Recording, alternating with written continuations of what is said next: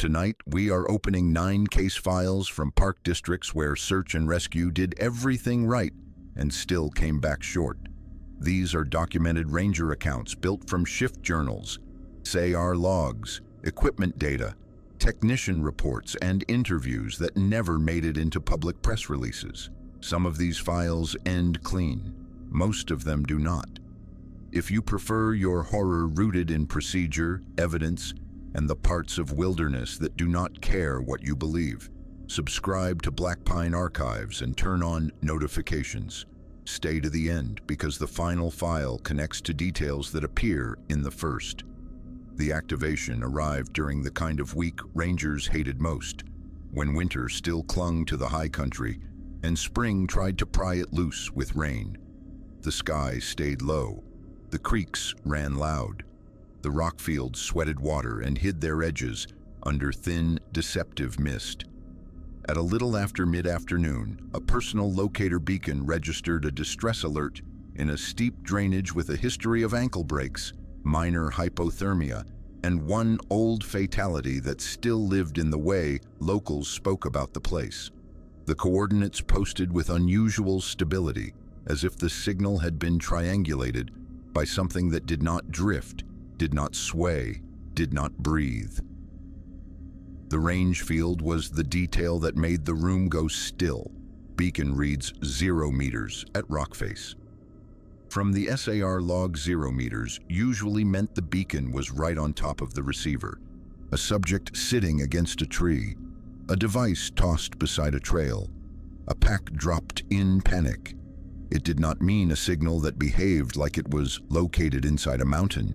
They moved anyway, because procedure could not accept the impossible as a valid reason to slow down. The initial response followed the standard template: a 2-person scout, a rope-capable team, a K9 unit, and a communications tech with a portable repeater. The team leader checked the weather window, wrote down the plan, and repeated the rule that never changed in steep terrain. No solo movement, no shortcuts, no assumptions. The approach took them off maintained trail and into a drainage where every step was negotiation. They climbed through alder that grabbed sleeves like wet hands. They crossed talus that shifted under boots with a dull, sliding hiss. They kept their eyes on the ground and the slope above it, because rockfall did not announce itself until the moment it was already moving.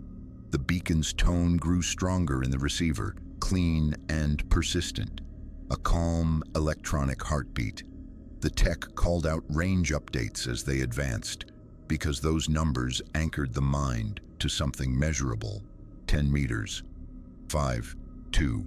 Then it snapped back to 0, as if the device had been pressed to the inside of the granite. The wall itself looked like a wall. Gray stone, hard angles, old water staining, a thin seam line running diagonally like a scar. There was no cave mouth, no crack wide enough for a hand, no shelter, no place to hide a person, or a beacon, or a body. The first micro hook arrived as an absence. The ground at the base of the wall had no story in it, no slide pattern in the rock grit, no heel-toe scuffs, no broken branches, no displaced moss. The talus was loose enough to record a fall in a messy fan of movement.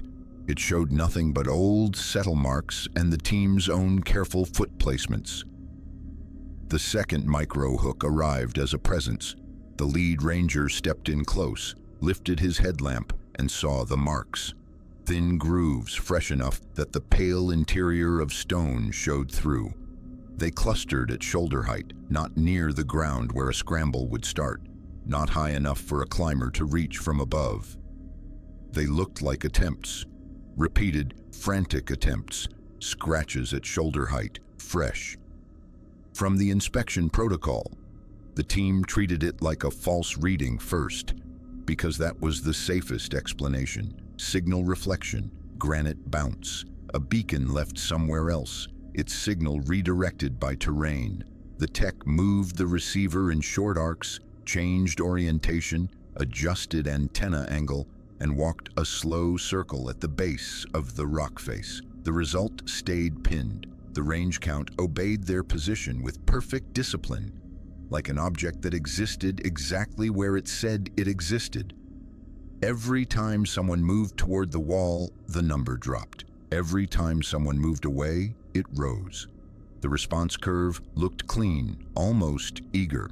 They tried a different device, a second receiver, a handheld unit from a different pack. Same behavior.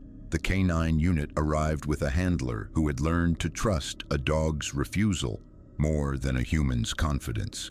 The dog was worked from the last known clean area near a creek crossing where a trail camera had recorded a lone hiker earlier that morning. The dog moved with purpose at first, nose low, pulling slightly, then slowed as the scent corridor tightened and hardened into something that didn't make sense. At the base of the rock face, the dog stopped.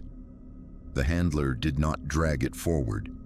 He watched the ears, the tail, the way the dog's paws placed, and then refused to step across an invisible boundary.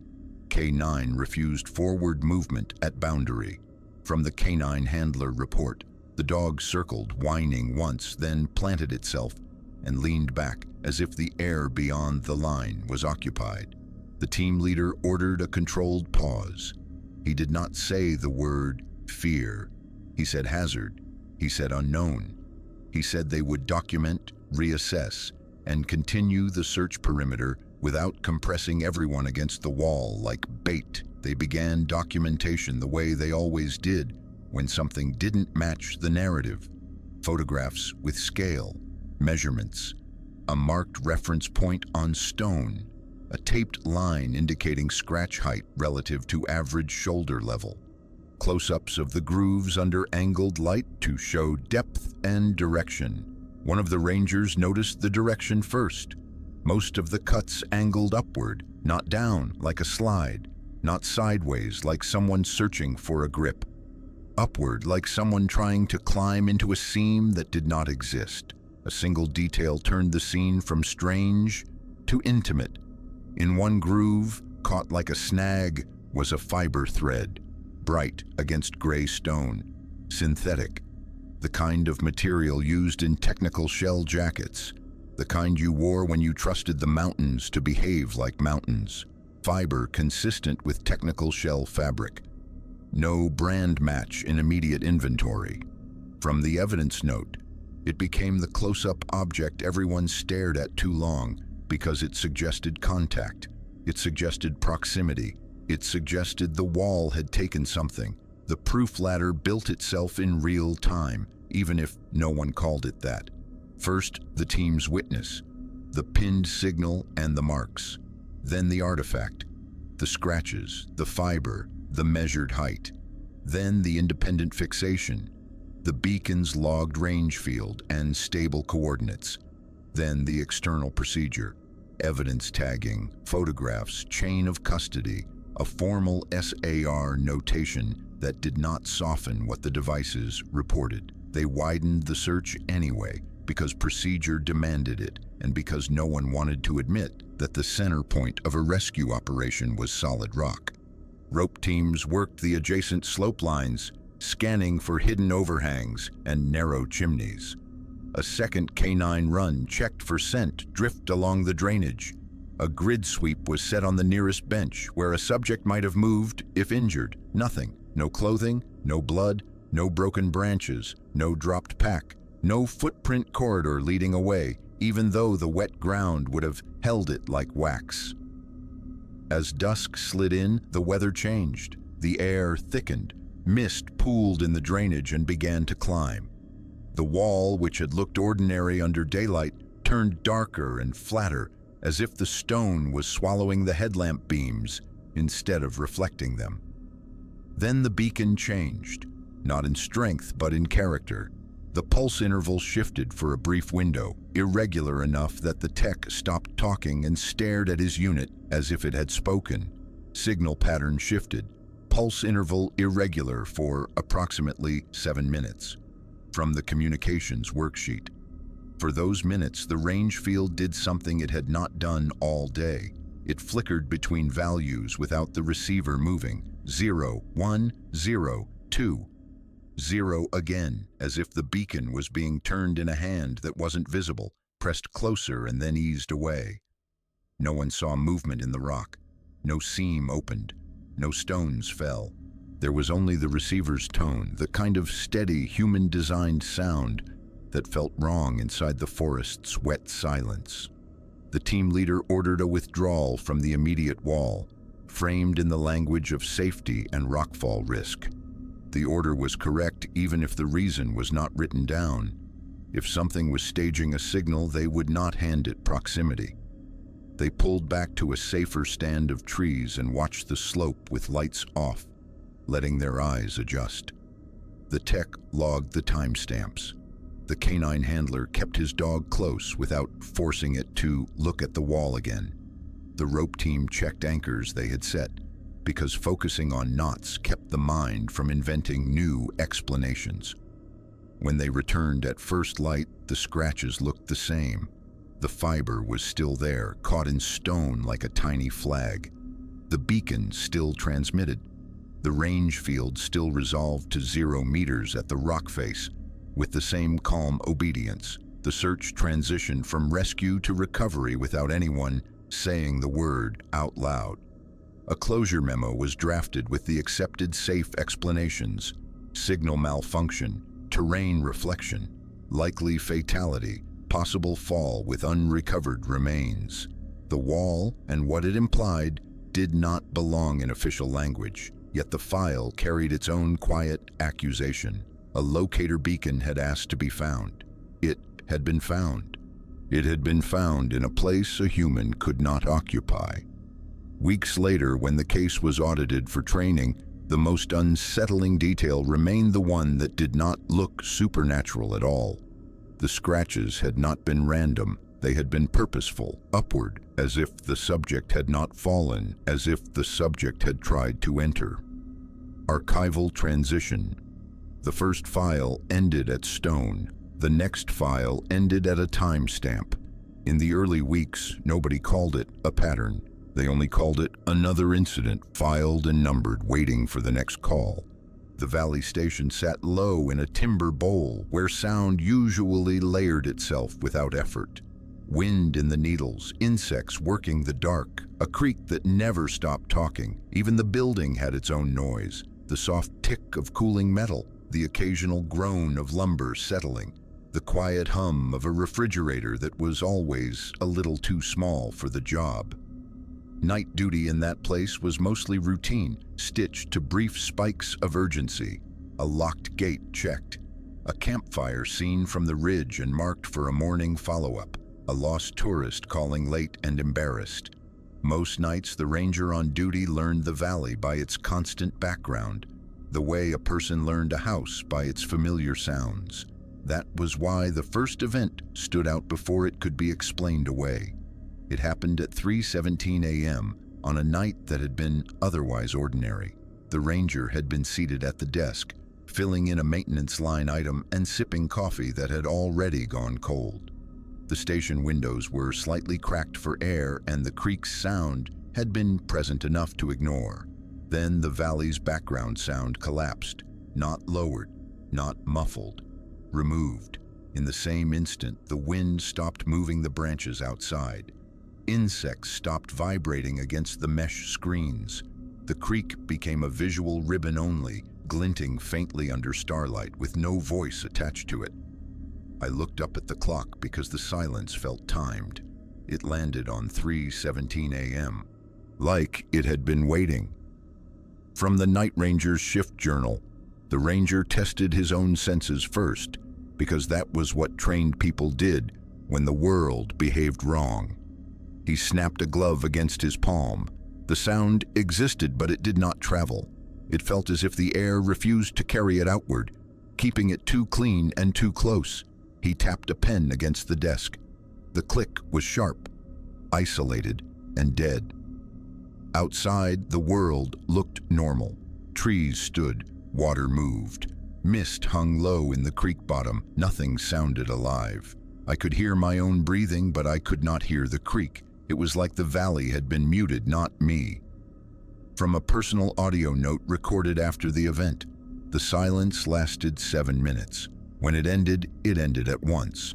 Wind resumed in a single soft rush. Insects returned in a thin, vibrating curtain. The creek's voice snapped back into place, as if someone had restored a missing layer of reality. The ranger did not feel relief so much as a new kind of alertness, the kind that stayed in the body long after the mind tried to move on. He logged it as a curiosity on the first night. He told himself it could be weather, a pressure shift, a momentary change in how sound carried. He told himself he had been tired. He told himself the valley was full of quiet pockets and odd acoustic effects. Then it happened again the next night at the same time, and the night after that. By the third occurrence, curiosity had been replaced by measurement. The ranger set a handheld recorder on the windowsill and let it run through the hour. He expected the file to capture normal ambience and prove his imagination had sharpened a small phenomenon into something dramatic. The file did the opposite. The waveform showed a clean band of near nothing, beginning at 3:17 a.m. and ending 7 minutes later, as if someone had taken scissors to the valley's sound and left the station inside a vacuum. I replayed the segment 3 times and checked the gain. The recording dropped to an unnatural flat line while the device kept running. From the ranger's audio log, the station's cheap digital wall clock became the close-up object that made the whole thing harder to dismiss. It was not an official piece of equipment, just a plastic rectangle with a fading backlight, the kind bought in a hurry at a hardware store. Its seconds normally marched with dull reliability. On the fourth night, the ranger watched it through the event window. At 3:16 a.m., it advanced normally. At 3:17 a.m., the second stuttered once, a tiny hesitation that would have been missed if he had not been staring at it. When the silence ended, the clock was behind by exactly 1 minute. I wrote down the time before and after. When the sound returned, the wall clock was 1 minute slow, like it had been tugged backward. From the Shift Journal addendum, a second ranger rotated into the same station on the next night without being briefed. The supervisor allowed it on purpose because suggestion corrupted evidence. The second ranger performed the same basic duties and lived in the same routine, and then encountered the same event without warning. The second ranger's statement contained a detail the first ranger had not thought to include, because it was too strange to admit the first time. I was standing on the porch when it happened.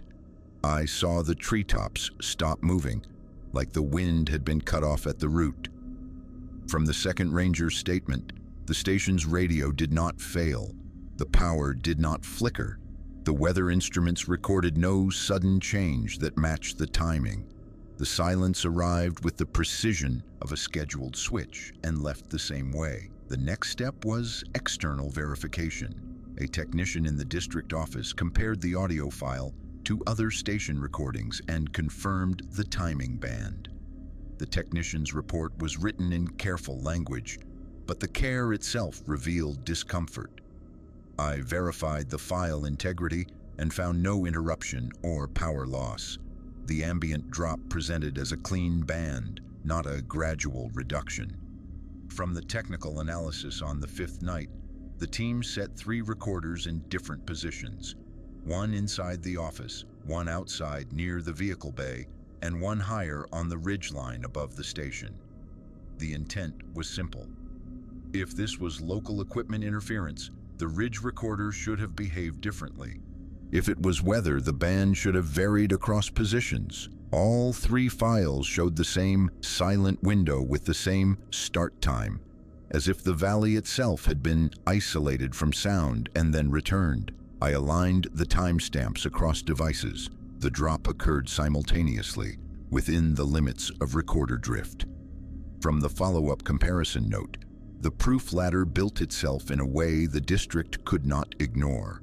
The witness testimony came first. The artifact came next. The audio files with their clean band. Independent fixation followed through comparison across devices. External procedure arrived in the form of formal memos. maintenance checks, and an internal recommendation for hazard guidance. The ranger drafted the memo with the flatness required by official documents. He avoided language that sounded like superstition and wrote it as if it were a known phenomenon with unknown cause. I observed a recurring ambient suppression event at 3:17 a.m. lasting 7 minutes. I recommended limiting night patrol movement during the window. From the internal memo, no advisory went out. The station remained open. The valley remained a valley on paper. The event continued even when no one was awake to notice it. The most unsettling detail emerged later during a deeper audio review. The silence band was not absolute. It contained a faint pattern that did not match any station equipment or known environmental noise. It was low-level, periodic, and consistent enough to measure. 3 taps, a pause, 3 taps, repeating beneath the edge of perception. When the technician isolated that layer, it did not sound like a glitch. It sounded like a signal being left behind inside the silence. I filtered the band and found a repeating metallic tap sequence. The pattern occurred in 3s and did not match mechanical cycling. From the technician addendum after the 5th night, the second ranger requested reassignment from the Valley Station. The request did not mention fear. It mentioned fatigue and sleep disruption. It mentioned concern about patrol safety and low visibility. It mentioned anything that would be approved without questions. The request was denied due to staffing. The station stayed staffed. The silence stayed punctual. The wall clock kept losing 1 minute each time, even after its battery was replaced and the time was reset.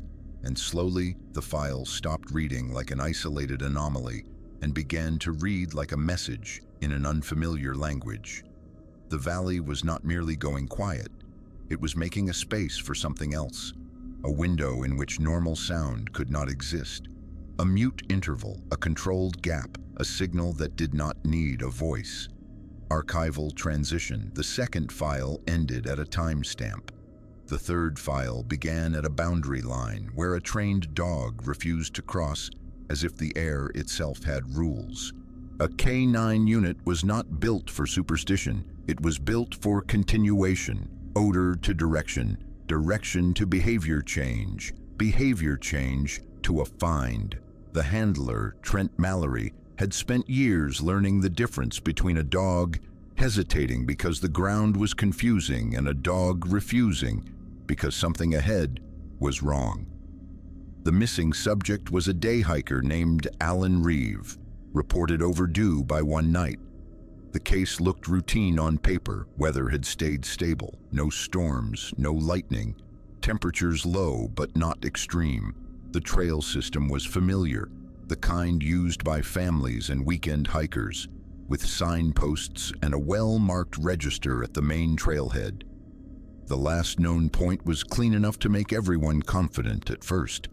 Alan's name was written in the register with a timestamp in the early afternoon. A boot print in soft soil matched the tread pattern seen at the parking area. A snapped twig where someone had stepped off the packed trail was still pale and fresh inside, the break too new to have darkened. Trent deployed his dog the way he always did, with a controlled start so the scent sample stayed pure. The dog took the odor with immediate focus. No circling, no confusion, no false pull. The leash tightened and stayed tight, as if the trail ahead had a clear shape. K9 took scent with direct pull and sustained focus.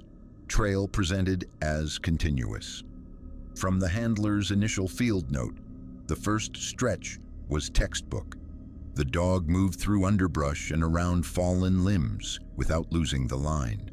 It crossed a shallow wash and climbed a low rise, then threaded into a section where the forest changed abruptly.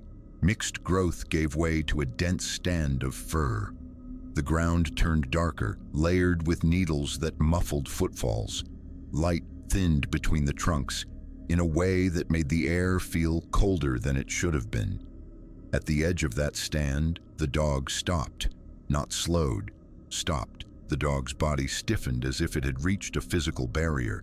Its head lifted, nostrils working, and then the animal leaned back, bracing against the lead with all four paws, as if the handler were trying to pull it onto ice. K9 refused forward movement at boundary. From the handler report, Trent applied gentle pressure the way he would with any hesitation. The dog reacted with a movement that did not match normal uncertainty. It backed up fast, eyes wide, ears pinned, and produced a strained sound that was not a bark and not a whine, more like protest forced through a tight throat. The dog kept its gaze fixed on the line of trees, as if it expected something to come out. Trent tried to reapproach from a different angle, moving left along the tree line and then stepping forward. The dog refused again at the same point, as if the boundary was not a direction, but a wall that extended beyond sight. I have seen this dog work in burn scars and flood zones. I have never seen him treat open ground like a fence. From the handler's statement, procedure required verification. A single dog could react to unseen wildlife, residual chemicals, even certain fungal blooms. The search leader requested a second unit from a neighboring district. The second dog arrived within hours, worked independently, and took the same scent line until it reached the same stand of fur. The second dog stopped at the identical threshold and refused forward movement with the same body language. Braced paws, pinned ears, backward pull. Second K9 demonstrated identical avoidance at same point. From the comparative report, with the dogs refusing, the team had to justify every next step because pushing into an area that trained animals flagged as hazardous was not just risky. It was a liability that would show up later in a review if things went wrong. The search leader ordered a ground inspection at the boundary, looking for a practical cause that could be documented. Broken glass, bait, a carcass, chemical spill.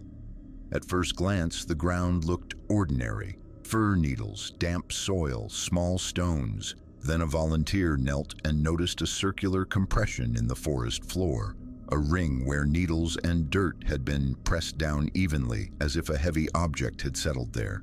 The circle was too uniform to be natural scuffing. It had a defined edge. The center was flattened but not churned. There were no footprints inside it, no drag marks, no claw patterns. Nothing that explained why pressure had been applied and then removed without any approach. Soil shows circular compression with no footprints, present within or beyond ring. From the inspection protocol, the circle became the close-up object for the file, the place where everyone's eyes kept returning because it refused to explain itself. They photographed it with scale markers and measured its diameter. They checked for depressions that might indicate a hidden pit or collapsed ground. They probed with a collapsible pole. The earth was firm. They flagged the location with bright tape, the way they flagged evidence and hazards. Trent tied the tape in a standard knot, the same knot he used in every search because standardization reduced confusion. Hours later, when the team returned after widening their sweep, the tape was still in place. The knot was not. It had been retied into a different pattern, tighter and neater, the ends cut to equal length as if someone had adjusted it with intention. There were still no footprints in the needles around the circle. Nothing in the dirt suggested someone had approached, knelt, and handled the tape. Flagging knot differed from original. Tape appeared resecured. No visible approach tracks noted. From the field note addendum, the team treated it like interference first, a prank, a nearby hunter, another search volunteer making a mistake. But the access road log showed no vehicle entries during that window, and the tree line around the boundary held no fresh disturbances. It was as if the ground had been maintained to prevent traces. The search leader made the conservative choice. Instead of crossing the tree boundary without canine support, the team widened the grid and attempted to flank the area from above. They moved through the drainage to reapproach at a higher elevation, hoping the line of trees was limited to a single band. Each approach collapsed back toward the same threshold. No matter how they angled their search, the terrain seemed to funnel them to that stand of fur, to that circular compression, to that invisible line the dogs would not cross. The effect was subtle but persistent, like a maze that only revealed its design after enough attempts to escape it. The search pattern repeatedly converged on the same boundary point, despite multiple approach routes. From the operational summary: by nightfall, Alan Reeve had not been located. No additional gear, no clothing scraps, no calls for help, no phone pings that could narrow the grid. The circle remained pressed into the ground, untouched by weather in a way that made it look newly made even after hours. The incident was documented using cautious language. The dog's refusal was classified as an environmental aversion response, with no identified stimulus. The circle was logged as an anomaly pending further assessment. The boundary itself was not named as a boundary. It was described as a behavioral stop point. And then, late in the night, the dispatch center received an open channel transmission from Trent's radio. It lasted only seconds. There was no voice, no speech, no accidental conversation. There was only the sound of a dog breathing hard, as if in strain or fear. Then the breathing went quiet. Then a metallic tapping entered the channel, faint but structured. 3 taps, a pause, 3 taps. Open channel captured pattern taps, consistent with prior signal reports. Source not identified. From dispatch recording summary: no one wrote the thought that sat behind their eyes after that transmission. No one put it into an official report, but it traveled anyway between people in the pauses of conversation and the stiffness in their posture, that the line of trees was not simply where the forest changed. It behaved like a threshold, and the dogs recognized it as occupied territory. Archival transition. Animals refused the line. The next file showed the same refusal from a device that did not know fear at all, capturing an empty trail on video, while the audio recorded a human voice close enough to breathe into the microphone.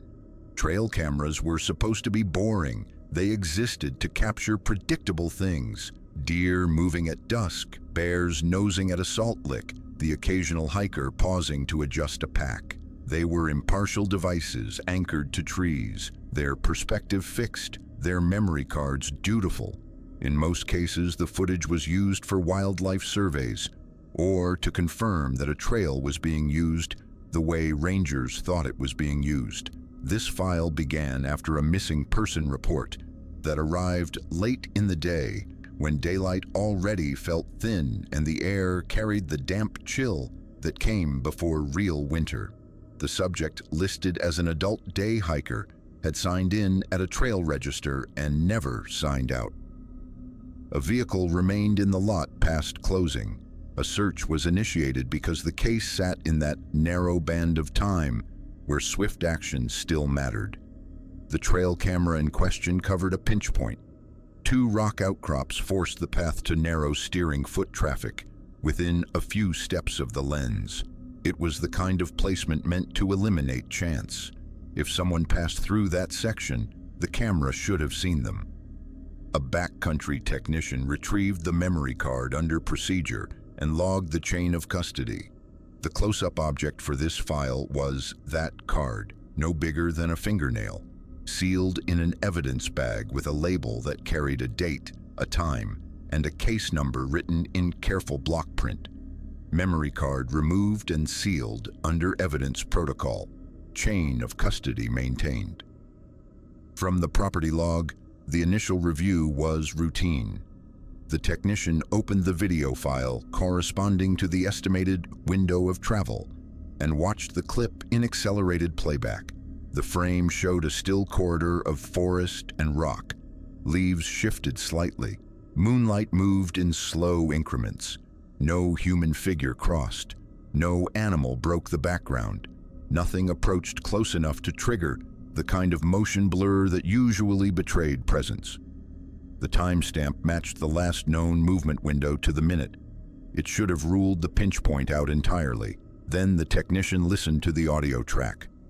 Video, no subject. Audio, distress vocalization present. From the technician report, breathing filled the speakers, not distant wind noise, not a faint artifact.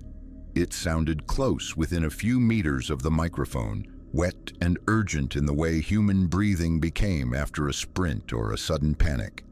The inhale cadence was irregular, as if the person could not decide whether to stay quiet or to call out. The breath pattern suggested someone standing near the camera and trying to control fear. A second later, a scream hit the audio channel with a sharpness that made the technician pull the headphones off instinctively. It was not an echoing cry across a valley. It was intimate, as if a mouth had opened near the microphone itself. The camera's video continued to show empty trail. Timestamp aligns with missing subject window of travel. From the daily summary, the team treated the contradiction the way professionals always did at first. They assumed a technical explanation. Audio bleed from a nearby device, a resonance effect that made distant sound seem close. A corrupted file. They replayed the segment. The breathing remained consistent in volume and proximity. The scream retained the same waveform shape, the same immediate onset, the same lack of distance decay. A second technician ran an audio analysis to determine whether the vocalization fell within human speech frequency ranges. A spectrogram did not explain why the video was empty, but it verified what the ear already knew. Spectrogram showed formants consistent with human vocalization. Proximity suggested near-field capture. From the analysis note, they expanded the review. If one camera showed an anomaly, it might be isolated. If more than one showed it, the anomaly became a pattern. A second trail camera was located farther down the route, offset at a different angle, covering a wider section of trail.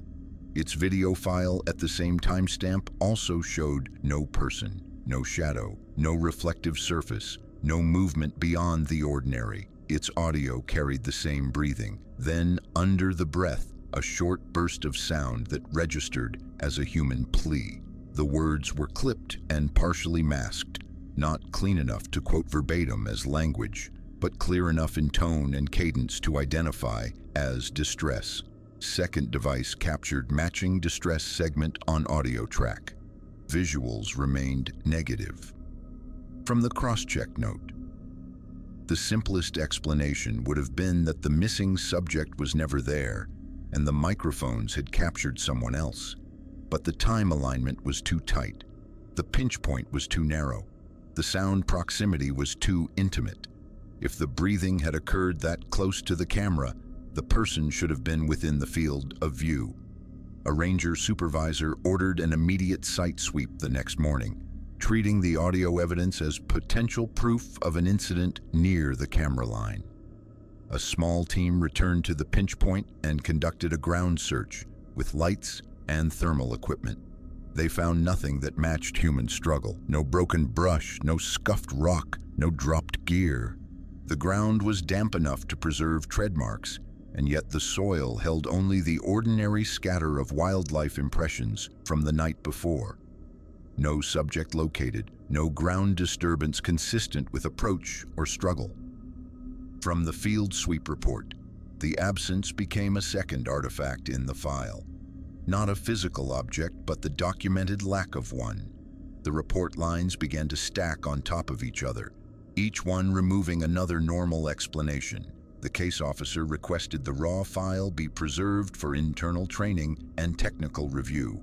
The clip was not released to the public. It was stored as evidence, labeled, time-stamped, and kept behind access controls. The technicians involved described a practical reason for limiting distribution, but the real reason was simpler.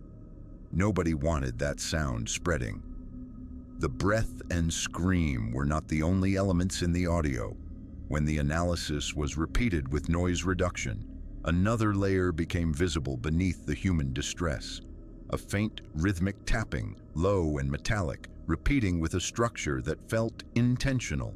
3 taps, a pause, 3 taps. It sat under the breath track like a signature. Low-level patterned taps present beneath vocalization. 3 beats, pause, 3 beats. From the technician addendum, the missing subject was never recovered. The official narrative leaned on exposure, terrain, and the vastness of wilderness. Procedures were followed, grids were searched, timelines were reconstructed. Nothing produced a body or a clear cause, but among the people who reviewed the footage, a more corrosive idea took root, something that could not be written into a public-facing summary and still sound sane, that a person could be close enough to breathe into a microphone and still not appear on video. Archival transition. If a camera could record a voice without recording a body, then closures were not simply barriers. The next file was about a trail shut down by tape that returned every morning in place, with a different knot, as if the forest itself preferred procedure. Trail closures were one of the least dramatic parts of ranger work. They were administrative barriers dressed up as safety. A strip of plastic tape, a notice stapled to a post, and a log entry proving the park had warned the public. Most closures failed in predictable ways. Wind snapped the tape, hikers stepped over it. A bear rubbed against a post and pulled everything loose. The damage always looked natural, careless, or impatient. This closure did not. The trail had been shut down after a brief rockfall and a line of unstable trees identified along the slope. The district used standard tape printed with trail closed, tied in the same knot configuration rangers were trained to use for consistency. The work order specified an overnight closure only, pending a morning patrol and a quick reassessment. That first morning, the patrol team arrived expecting to remove the tape and reopen the access point. The tape was still there. The knot was not. Closure tape retied with different knot pattern. From the patrol report, the new knot was tighter and cleaner than the original. It sat as if someone had taken time with it, as if the tape had been handled by hands that cared about symmetry. More unsettling was the join. The tape had been cut and then rejoined so precisely that the printed letters aligned as though the strip had never been broken. The ends were not simply overlapped, they were matched. One ranger photographed the knot the way evidence was photographed, straight on, with distance shots and close shots, a gloved hand holding a scale marker beside the tie. The file later noted that the ranger's first instinct had not been curiosity, but violation. The sense that something had interfered with a procedure and then tried to erase that interference by restoring the appearance of order. A ground inspection followed. The soil under the closure point was soft enough to preserve detail. Boot prints were visible, but their relationship to older impressions was wrong. The tread overlaps did not form a clean sequence of approach and departure. Instead, the newer prints sat directly on top of older ones in a manner that suggested a careful attempt to step into existing tracks. Boot prints overlap prior impressions. From the inspection notes, the team moved the analysis up the chain to the access controls. The service road feeding the trailhead had a gate logger that recorded every opening and closing. It was one of those systems that made enforcement easy because the data removed argument. Either a vehicle came through or it did not. The logger showed nothing overnight. No vehicles recorded on access road. From the gate logs, a foot approach was possible, but it was not easy. The nearest legal parking was far enough away that a trespasser would have had to walk the road in the dark, then return the same way, all without leaving a second set of prints at the edges of the service lane. The patrol walked the margins and found no obvious off-road approach tracks. The only coherent sign of movement was concentrated at the closure point itself, as if the person or persons involved had appeared there, performed the action, and then vanished back into already existing impressions. The closure was reinstalled to district standard. A second strip of tape was added above the first, redundant and offset. The knot was tied and marked with a thin line from a paint pen. a simple trick used to detect tampering. A notice was stapled to the post with fresh staples. A ranger wrote the time of installation in the log and noted the calm confidence of routine. That night, the park remained quiet. No storms, no high winds, no reports of trespassers. In the morning, the tape was intact. The paint pen line did not match. The knot had changed again. Second morning inspection confirmed knot alteration. Prior mark misaligned. From the follow-up patrol entry, the ends of the lower tape showed a subtle mismatch in tension, a sign that it had been cut and rejoined again. The upper tape had been manipulated as well, adjusted, so both strips presented the same clean barrier. The staples on the notice were still in place, but the paper had been removed and then reseated under the same fasteners, leaving slight crease marks that suggested rehandling. This time, the district responded like an agency dealing with human interference.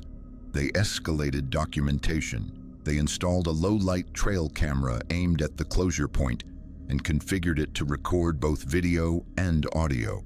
They placed the camera far enough back to capture the entire access area and any approach line from the trail. The expectation was simple. If someone was doing this, the camera would catch a person. The next morning, the camera footage was reviewed. The video showed the closure point empty. The tape swayed faintly, the way tape always swayed when air moved through trees. Then, for a brief segment, the video displayed a band of gentle static, not the violent distortion of failure, but a soft interference that looked almost like fog on the screen. When the image recovered, the tape was no longer in the same configuration. There was no visible subject, no silhouette, no motion across frame. Camera showed interference during event window, no subject visible. From the equipment note, the audio track did not help. It did not capture footsteps. It did not capture speech. It captured an ordinary night sound field that abruptly thinned, then returned. In the thinned window, a faint rhythmic sound appeared beneath the noise floor, too soft to be obvious without headphones. 3 taps, a pause. 3 taps, patterned tapping present during interference window. 3 beats, pause, 3 beats. From the audio review addendum, the close-up object in this file became a short length of tape collected as evidence. It was removed under gloves, bagged, and sent for a simple inspection because the cut edges did not look like scissors or a knife. Under magnification, the plastic fibers appeared compressed and smoothed. The edge was not clean. It was flattened as if the tape had been pinched hard and then torn along a pressure line. There was no heat discoloration, no char, no smell of melting, and yet the flattened texture resembled plastic that had been worked by something more deliberate than a blade. Cut edge showed compression and smoothing inconsistent with tool blade. No thermal damage noted. From the lab note on the third morning, the patrol noticed a new detail that had not been present before. On the wooden post supporting the tape, at approximately shoulder height, 3 small dots of dark resin had been placed in a vertical line. They were not splatter. They were not accidental. Each dot was similar in size, pressed onto the surface with a consistency that implied control. The material did not match local sap. It did not flake like paint. It sat with a slightly glossy finish, as if recently applied. 3 resin dots noted on post, aligned vertically at shoulder height. From the patrol photolog, the district responded by relocating the closure. The trail was rerouted. The access point was moved to a different gate. For several days, the new barrier remained untouched, and the staff began to frame the earlier events as an isolated trespass incident that had simply ended. Then a closure at another trailhead in another drainage showed the same pattern. Tape cut and retied, a different knot, cleaner than district standard. Footprints stepping into footprints. No vehicle access recorded. 3 dots aligned vertically on a post, again at shoulder height. Subsequent closure sites showed matching manipulation indicators across multiple days. From the internal memo, the official memo used cautious language, repeated evidence of unauthorized manipulation, suspected trespass, recommendation for increased patrol presence. It avoided conclusions it could not support. It avoided the implication that something had learned the park's methods and was repeating them. What circulated informally among staff was shorter, and it carried the weight of a shared unease. The closures were not simply being broken, they were being restored. The barrier was not being destroyed. It was being maintained, adjusted, and returned to its place with a kind of procedural attention. And that raised a question nobody liked to say out loud. If something could retie a closure, cut it cleanly, and put it back without appearing on camera, then the tape was not a warning to hikers. It was a boundary under negotiation. Archival transition. Closures could be rewritten.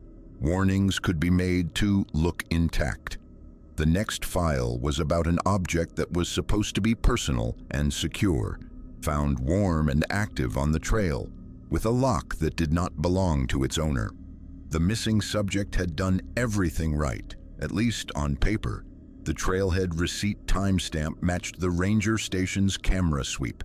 The register entry had a legible signature and a destination scribbled beside it. Earlier that day, a few photos had been posted from a scenic spur, the kind of harmless documentation that usually helped narrow a timeline instead of complicating it. Then the subject stopped producing data. Search operations began with the familiar geometry of probability. Teams checked the most common error points first, the steep switchbacks where ankles rolled, the overlook where people leaned too far, the drainage where a wrong turn became a long downhill mistake. A K9 unit worked the last known zone near the register and took a line that faded and tightened, then faded again, as if the scent had been carried in inconsistent bursts. By the end of the first day, the working assumption was exposure or injury somewhere off trail. The second day widened the radius. Additional teams staged at the junctions, grid-walked the slopes, and ran a sound sweep in the late afternoon when the valley air carried voices better. Nothing answered. The phone was found by a ranger who had been assigned a slow, methodical pass along the main corridor, looking for small artifacts that humans tended to miss when they were afraid. It lay on a flat stone beside the trail, screen up, aligned with the edge of the rock as if someone had taken the time to center it. There was no cracked casing, no impact scuff, no sign it had tumbled. It did not look dropped, it looked placed. Device recovered, battery warm, pin invalid. From the recovery protocol, the ranger's first observation was physical.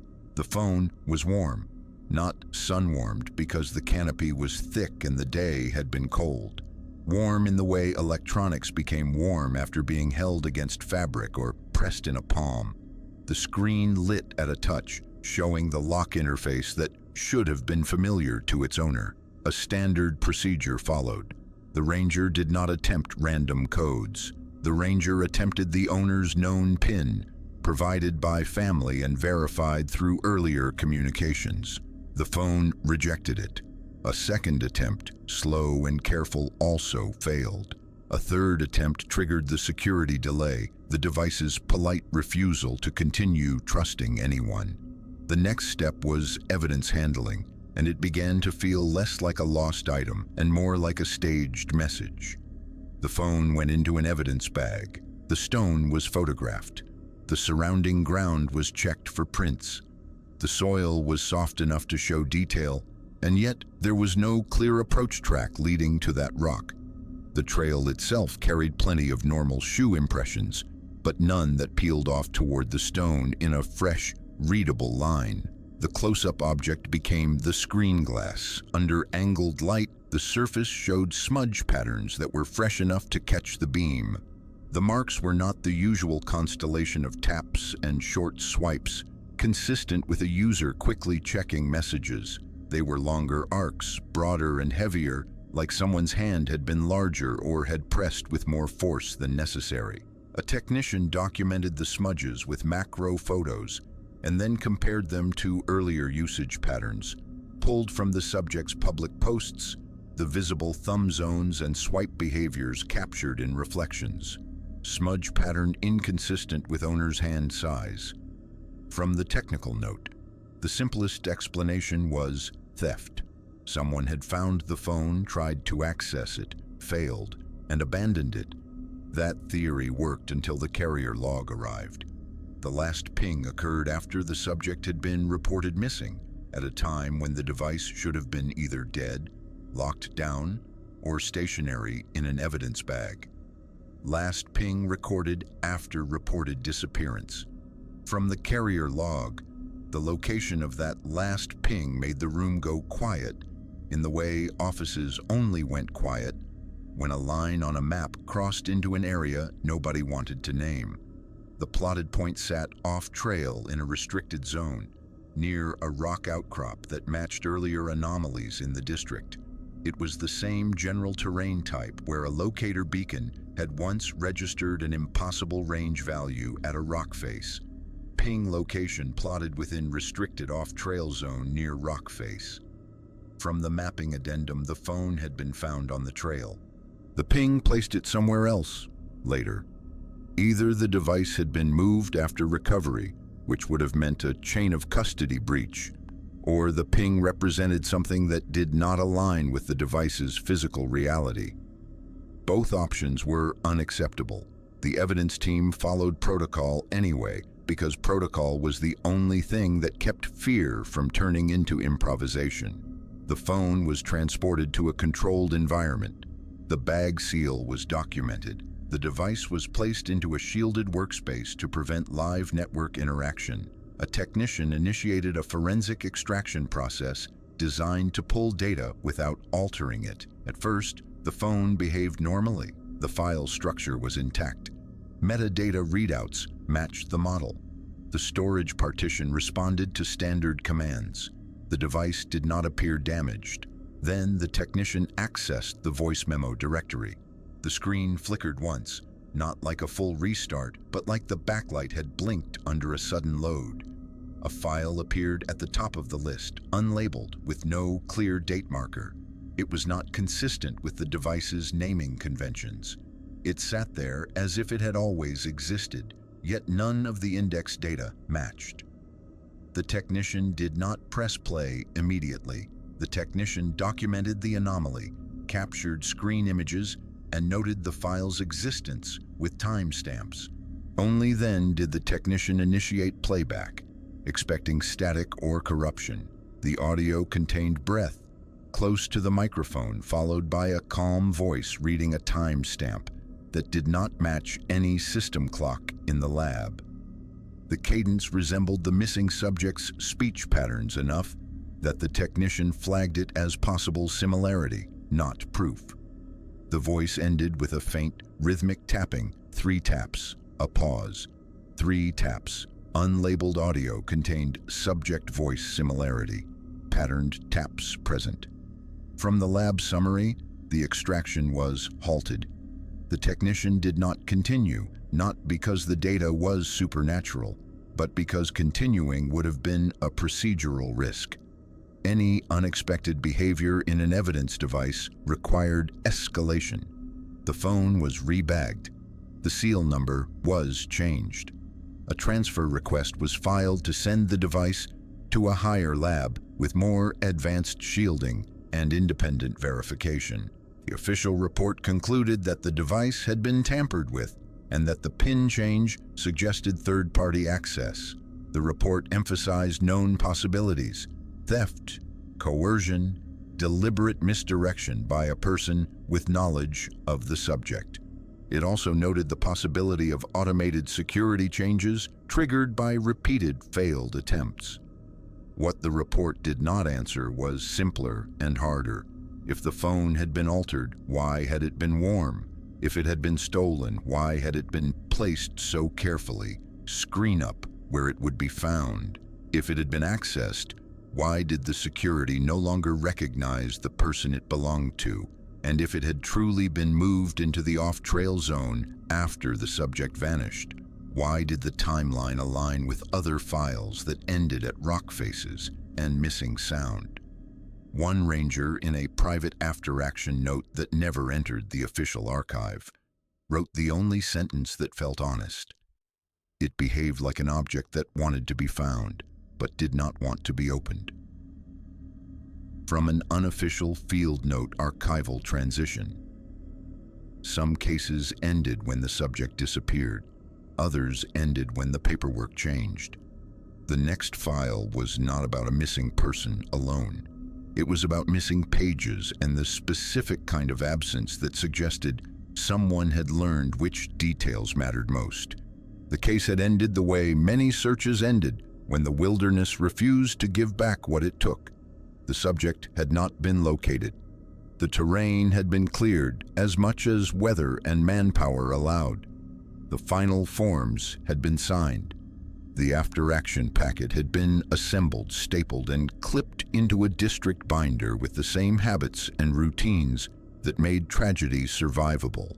The report looked ordinary until it entered the archive. The archivist assigned to intake was not a ranger and was not trained to hike ridgelines, but he was trained to notice absence. He checked for the pieces that had to exist for a file to be complete: the incident summary, the operational period logs, the team assignments, the weather pages, the maps, the K-9 forms, the evidence catalog, the closure memo. He counted sheets the way other people counted breaths. That was how he found the gap. Pages missing prior to archiving. From an internal note, 2 pages were missing from the final report packet. It was not the common kind of missing that happened when a page stuck to another in damp air or fell behind a desk. The removal was clean. The spine staples were intact.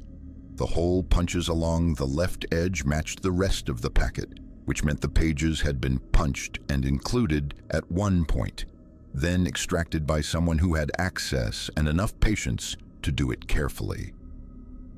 The archivist flagged the issue as a procedural anomaly and began the steps required when chain of custody documentation showed any inconsistency. He requested the working copy from the operations supervisor. He requested the field notebooks that had been transcribed. He requested the evidence catalog that should have reconciled with the narrative. The narrative did not reconcile. The missing pages corresponded to the portion of the report where field notes referenced an irregular finding. A second campsite discovered too close to the first to make sense. In the surviving draft notes, an off-the-record ranger had written about a second fire ring located in the same drainage, within a short walking distance of the primary site. It was not an old ring, not a scatter of stones left by previous hikers. It was fresh. The rocks were blackened. The ash bed was light and dry, as if it had been burned recently, even though rain had fallen during the operational period and should have turned any fresh ash into paste. The note had been written in pencil, faint and tentative, the kind of line someone wrote when they were not sure if they wanted their own name attached to it. Unofficial notes mentioned second fire ring. From a draft sheet, the archivist traced the report structure to identify what those 2 missing pages likely contained. They would have included the location sketch, the coordinates, and the discussion of whether the second site belonged to the missing subject or to someone else. They would have included the photographs that had been referenced in the draft margin. They would have included the short paragraph where the team lead had asked for confirmation that the second ring had not been present during the initial grid pass. The questions those pages raised were the kind of questions administrators did not like, not because they were supernatural, but because they implied either a second party in the search zone or a failure of earlier documentation. Both were liabilities. The evidence log showed the same kind of clean wound. Item numbers were supposed to be sequential, and any correction required an initial amendment. This log jumped. 2 numbers were simply absent, as if the list had been rewritten and no one wanted to admit it had been rewritten. There was no correction line. There was no note.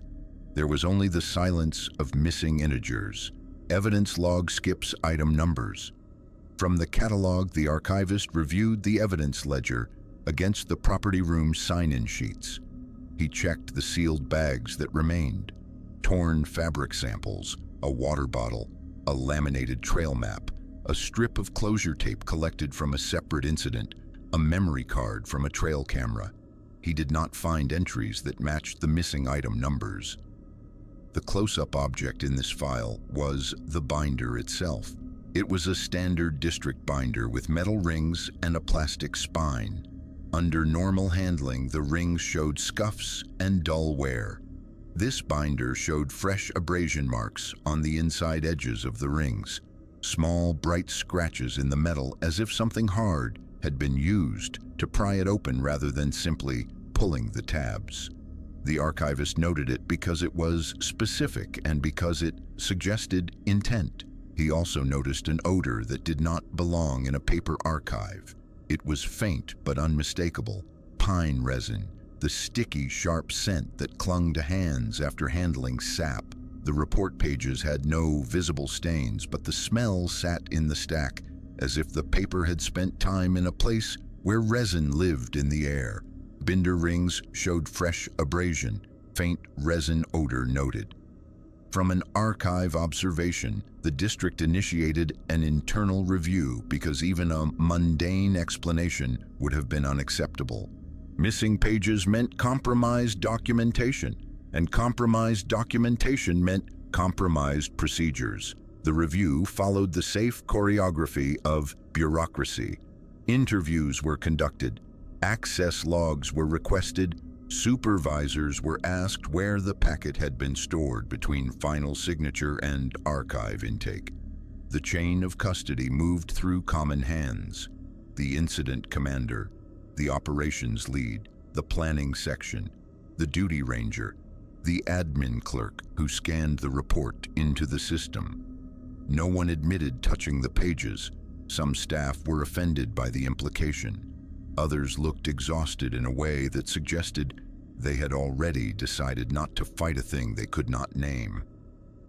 The archivist watched them answer questions with careful neutrality, as if any emotional reaction might be interpreted as guilt. The supervisor's memo closed the review without resolution. Unable to determine responsible party for document alteration, recommend access controls. From the review, memo access controls were implemented. Files were kept in locked cabinets with sign-out sheets. Digital scans were stored with checksum verification. Duplicate sealed copies were made and sent off-site at the end of each operational period, because the district decided it was better to spend money than to lose the record again, and then something smaller happened. The following month, another case file arrived with a single paragraph blacked out in a copy that should not have been redacted.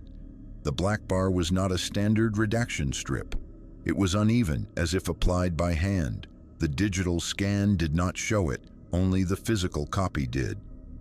The district began to understand the message in the pattern. It was not simply that pages could go missing. It was that the missing pages were specific. The omissions targeted the parts of a report that described anomalies near boundaries. Second fires, extra camps, artifacts that did not match weather, points on a map that should have been empty. For the staff involved, the 2 vanished pages became a quiet warning that changed behavior.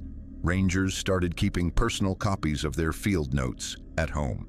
Handlers began photographing their own forms before turning them in. Team leads began dictating sensitive observations into time-stamped audio memos stored on devices that never touched district computers. No official document stated what everyone began to feel. The record itself was not safe, and if something could reach into their process and remove only what mattered, then whatever moved through the district was paying attention not only to the landscape, but to the way humans proved what happened there. Archival transition. If the record could be edited, the landscape could be edited as well. The next file described a trail that existed only when the light was wrong, and vanished when day tried to make it ordinary. The observer was a seasonal ranger assigned to wildlife checks, gate sweeps, and the kind of late patrols that existed mostly to remind visitors the park did not end when the sun went down. He had spent enough nights under moonlight to know the difference between a real corridor and a trick of shadows. That was why he wrote everything down. Even when it made him feel foolish, he saw the trail on a calm night in late season, when the air was cold enough to sharpen every surface into contrast. Under a bright moon, the forest floor did not look black. It looked silver. Leaves became reflective scales. Wet stones shone like bone. And through that pale world, a strip appeared that did not belong. It was a path, clean and narrow, cutting through the leaf litter with a consistency that felt too deliberate. It was not a deer run. It was not a social spur trampled by weekend hikers. It looked like something maintained, except no district map showed it and no closure memo referenced it. He stopped and stared at it long enough to feel the first swell of unease, then forced himself into routine. He documented the observation in his patrol journal the way he would document a broken fence or a fresh fire ring. Trail visible under moonlight, absent in daylight photos. From a journal entry, he photographed the strip from the shoulder of the service road, using a flash and then a no-flash frame to capture how the moon itself made the corridor visible. The images on his screen matched what he saw with his eyes. A pale line that seemed to drink darkness from its edges, leaving the center brighter than the surrounding ground. He followed it because he believed, at first, that it was simply an unreported access cut, maybe the start of an old maintenance route that had re-emerged after a storm. He also followed it because the human brain disliked anomalies and tried to correct them by turning them into tasks. If there was a trail, it needed to be assessed. If it was unofficial, it needed signage. He turned on his GPS unit and began walking. Almost immediately, the path behaved incorrectly. A normal trail curved. It adjusted around roots. It widened near obstacles and narrowed again. It drifted toward easier terrain. This path held a straight line over ground that should have forced it to wander. It crossed a shallow dip without changing its elevation angle. It threaded through saplings without bending toward openings. It moved forward as if the forest had been arranged after the fact to accommodate its shape. He kept checking his boots for chalky residue or some reflective substance that might explain the bright strip. He found none. The leaves at the edges of the corridor were normal, wet and dark. The center, however, looked as if the top layer of leaf litter had been pulled aside, exposing pale, compacted soil beneath. He logged waypoints and photographed at intervals, including the same tree trunk from multiple angles to prove to himself later that he had not been walking inside a single repeating illusion. The GPS track grew longer and stranger as it built. On the device screen, the line was nearly ruler straight, through a zone that every ranger knew was a tangle of understory in daylight.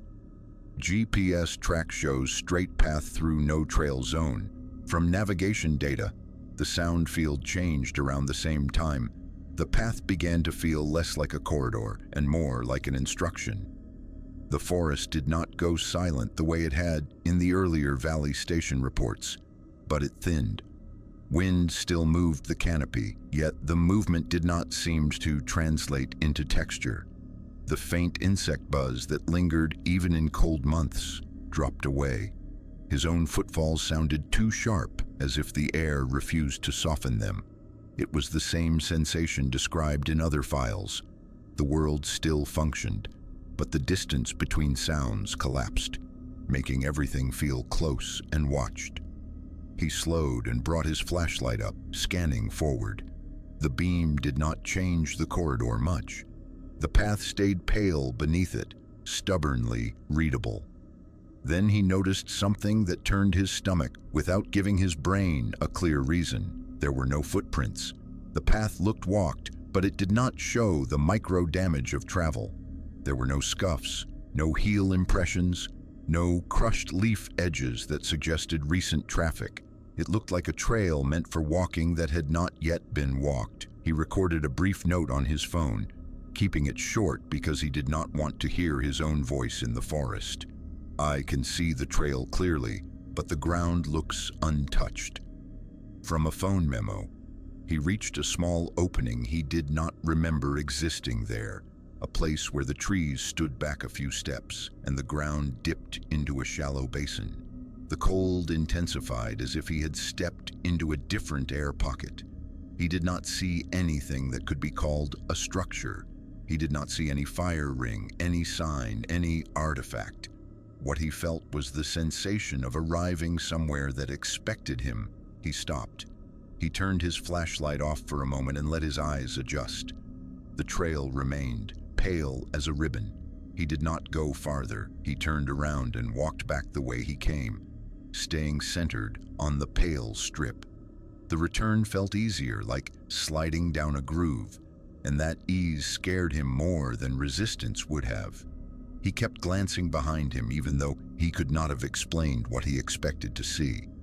At his vehicle, he checked the time. His patrol clock showed he had been gone less than an hour. His phone was behind by a small amount that was hard to quantify in the moment because stress made simple comparisons difficult. He wrote the numbers down anyway, the way people wrote things down when they feared memory would be edited. At dawn, he returned with a second ranger to verify. Daylight erased the corridor. The GPS coordinates led them to the same spot, but there was no path. There was no pale strip. The ground was solid leaf litter and brush, thick enough that walking straight would have been slow and loud. They moved through it with effort, pushing aside branches that had not been pushed aside the night before. They looked for footprints. They found none. Not even his, not even partial impressions at the places where he remembered stopping to take photos. Footprints not present at 6:10 a.m. From an inspection note, they compared the images. In the night photos, the corridor was unmistakable. A pale line, a readable route, trees framing it as if a planner had laid it out. In the day photos, the same tree trunk and the same rock appeared, but the ground between them was ordinary forest. The scene looked like two different locations shot with identical props. They took measurements and documented the mismatch in a formal field report, using careful language that did not imply magic. The second ranger wrote the kind of sentence that sounded neutral but was not. The area did not support a maintained corridor under daylight conditions. From a follow-up report, the close-up object in this file became the GPS unit itself. Back at the station, a technician reviewed the track. The pace profile showed steady walking, no long pauses, no signal breaks. The timestamps were continuous. The line did not jitter the way it did when someone wandered or searched. It tracked like a person walking a clear path. Device timestamps continuous, track consistent with steady walking pace. From a tech review, an external procedure was assigned, because that was what the district did when stories began to overlap. A third shift was sent on the next clear night. They approached the coordinates under moonlight, and again, the trail was present. Pale, clean, readable. They did what professionals did.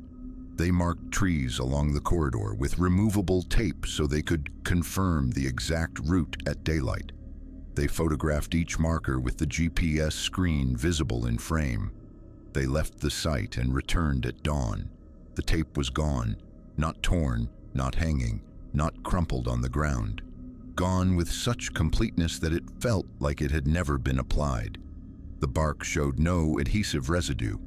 The tags they had used showed no fallen fragments. The trees stood as if untouched. Markers absent at daylight. No residue detected. From a verification note, the district did not add the trail to official maps. No closure tape was installed because the trail did not exist when closures could be enforced. Staff began referring to it with a shorthand, that avoided naming it directly. They called it a light trail. They called it a moonline. They called it a corridor event. They also began avoiding that zone after dark. They did not write why in public-facing documents.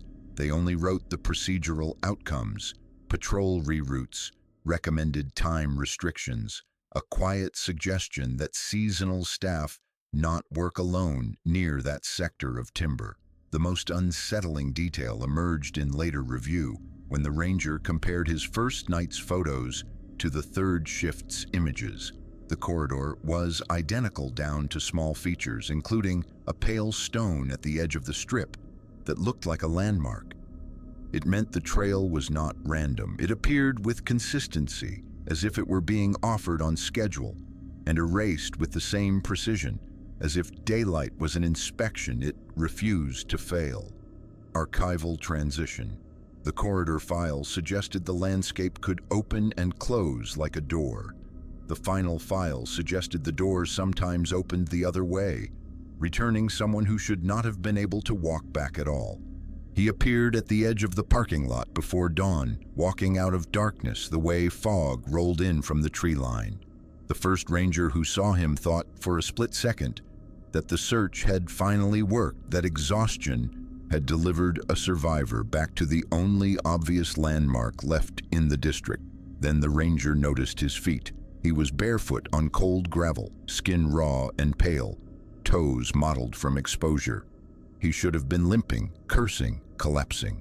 Instead, he moved with a slow, careful steadiness, like a man following instructions he could not see. He stopped beneath the yellow wash of a single lamp and looked around without urgency. His expression did not match the scene. He did not look relieved. He did not look terrified. He looked emptied, as if something had taken the part of him that knew how to react. The missing subject had been gone for 3 days. The search had been active in overlapping grids. Weather had been cold enough that overnight survival without shelter would have been unlikely. The park had treated the case as time-sensitive from the first night. When medics reached him, they expected a body on the verge of failure. They did not find that. Subject located barefoot. Hypothermia mild. Amnesia reported. From a medical chart, his temperature was low but not catastrophically so. His dehydration was present but not consistent with the time window. His skin showed no severe frost injury beyond what bare feet on cold ground should have caused in a single night. There were no torn hands, no shredded clothing, no bruising from falls through brush. Even his jacket was zipped correctly, collar folded down as if someone had arranged him for a public-facing return. They tried to establish basic orientation. Name, date, place. He gave his name. He could describe the parking lot and the ranger vehicles. He could not account for the missing days. His memory stopped at the moment he stepped off the trail to relieve himself, then resumed at the moment he walked into the parking lot. He spoke without panic, and that calm made the responders more uneasy than hysteria would have. A ranger documented the ground conditions while medics worked. The gravel held tire marks from response vehicles. It held scattered boot impressions near the staging area. It held nothing that explained how bare feet had crossed from the tree line into the light. The ranger circled the subject's position with a flashlight and checked the margin of grass and dirt along the lot. He expected to find a stagger pattern, a slip, a trail of wet prints. He found none. Mud on feet shows no approach tracks. From an inspection report, the mud on the subject's feet was real, dark, smooth, and fine-grained, like river silt. It did not match the parking lot's gravel or the dusty soil near the road. It looked like something collected near water deeper in the district, the kind of sediment that clung in a thin film rather than clumping into chunks. It coated the arches and the spaces between toes as if he had walked through it recently, and yet no bare footprints led in. The gravel directly under him was clean. It was as if the mud belonged to a journey that had been removed from the record. Procedure took over because procedure always did. The subject was wrapped in blankets, placed in an ambulance, and moved to a small regional hospital. The search team stood down by degrees. Supervisors began writing the closure plan, the controlled transition from active rescue to after-action review. During intake, the subject kept repeating a phrase, not in the way frightened people repeated things, not as a looping panic. It was steadier than that. He returned to the same words after every question, in the same cadence with no change in speed or emphasis. Each time it sounded less like a statement and more like a cue line read from a script. Statement repeated verbatim across interviews. From an interview protocol, the phrase was logged and transcribed.